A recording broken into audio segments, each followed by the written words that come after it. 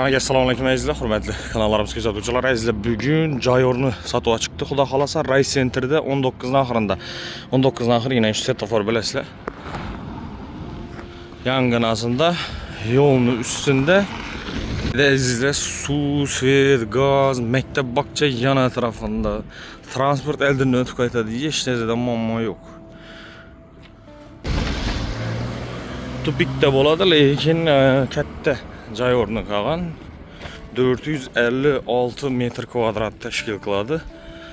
Qızıqtıran olsa şu Jayor'umuzun egesinin telefon rəqəmini yazıb qaldıramız. Bemalol özləri bilan söyləşib, gəlişib ala verəsilər. Bahalarını, telefon rəqəmlarını ekranda yazıb qaldıramız. İndi hazır bedəyinə bir xanadan qurğan satıb alıb. İndi sizə bir da dalışı kursazlıqla boladı.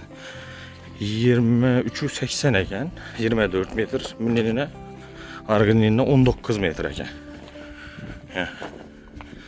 Tabii katta giyin cayı kalan.